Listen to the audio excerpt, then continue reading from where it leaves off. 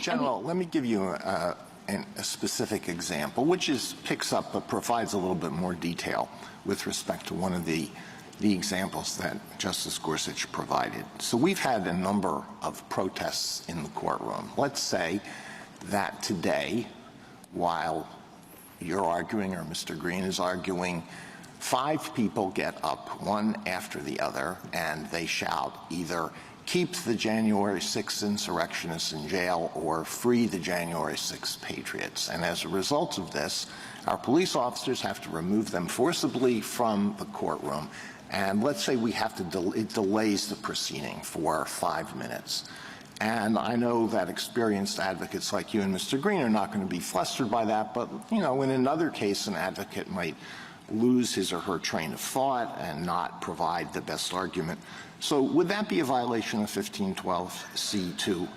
I think it would be difficult for the government to prove that. Why? At the outset, we don't think that 1512C2 picks up minimal, de minimis, minor interferences. We think that the term obstruct on its face connotes a meaningful interference with the proceeding. Well, it doesn't say, I'm sorry, C2 does not refer just to obstruct. It says obstructs, influences, or impedes. Impedes is something less than obstructs. I think that this is a verb phrase where iteration was obviously afoot, and impedes is also thought of as meaning. You're preaching the plain meaning interpretation of this provision. The plain meaning of impede in Webster's is to interfere with or get in the way of the progress of, to hold up. In the OED, it is to retard in progress or action by putting obstacles in the way. So it doesn't require obstruction. It requires the causing of delay.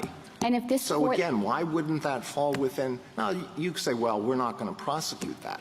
And indeed, for all the protests that have occurred in this court, the Justice Department has not charged any serious offenses, and I don't think any one of those protesters has been sentenced to even 1 day in prison. But why isn't that a violation of 1512C2? We read the actus reus more narrowly. Now, perhaps you could look at some of the broader dictionary definitions and adopt a broader understanding of the actus reus. Still, there would be the backstop of needing to prove corrupt intent. I think that's a stringent mens rea. Well, that's not a corrupt intent. It's wrongful. Do you think it's not wrongful?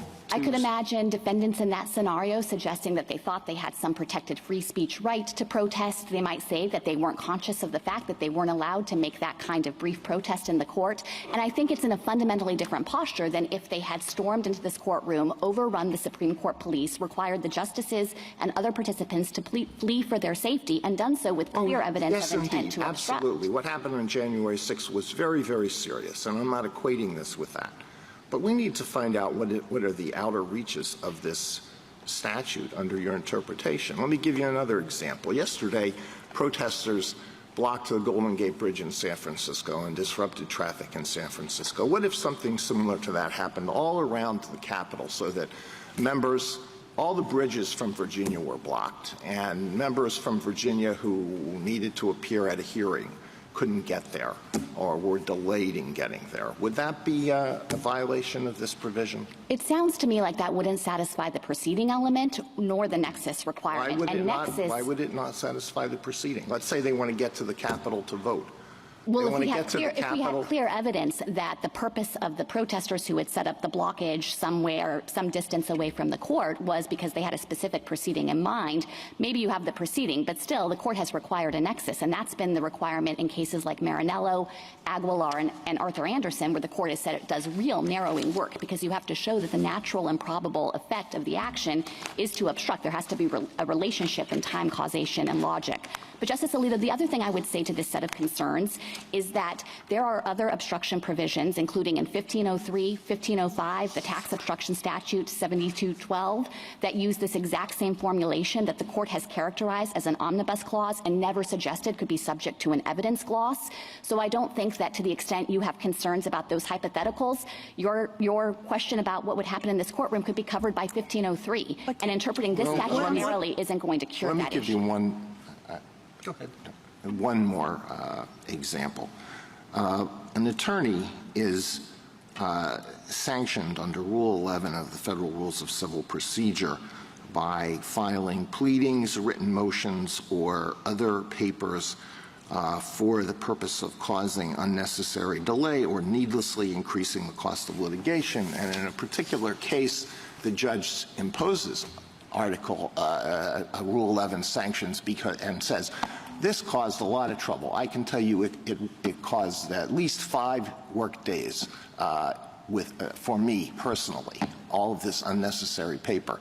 And it delayed the progress of this litigation. So I'm imposing Rule 11 sanctions. Why doesn't that fall within your interpretation of this provision?